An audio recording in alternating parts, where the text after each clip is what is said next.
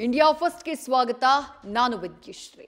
Doctor SL. Bhyrappa Kannada ಸಾರಸ್ವತ ಲೋಕದ ಅಕ್ಷರ ಮಾಂತ್ರಿಕ, ಸಾಹಿತ್ಯ ಲೋಕದ ವಂಶವೃಕ್ಷವಾಗಿ ಕರುನಾಡಿಗೆ ಗ್ರಹಭಂಗ ತರದೆ ನಾಯಿಯ ನೆರಳಂತೆ ಕನ್ನಡವನ್ನ ಪೋಷಿಸಿದ ಮೇರು ಸಾಹಿತಿ.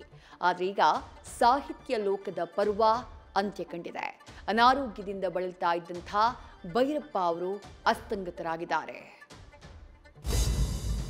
ರಸ್ತೆಯೊಳಗೆ ಗುಂಡಿಯೋ, ಗುಂಡಿಯೊಳಗೆ ರಸ್ತೆಯೋ, ಬೆಂಗಳೂರಿನ ರಸ್ತೆಗಳ ಪರಿಸ್ಥಿತಿ ಆ ದೇವರಿಗೆ ಪ್ರೀತಿ.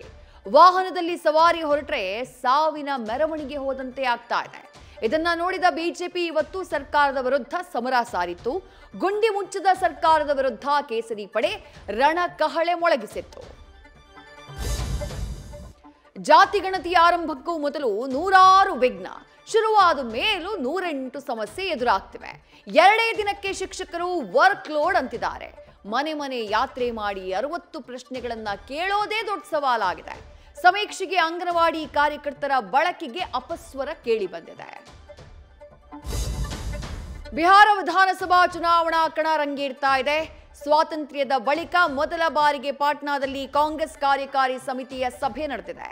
ಅಹಿಂದ ನಾಯಕ ಸಿದ್ದರಾಮಯ್ಯರ ವರ್ಚಸ್ಸನ್ನ ಬಳಸಿ ಎಲೆಕ್ಷನ್ ಗೆಲ್ಲೋಕೆ ಎಐಸಿಸಿ ರಣತಂತ್ರವನ್ನ ರೂಪಿಸಿದೆ.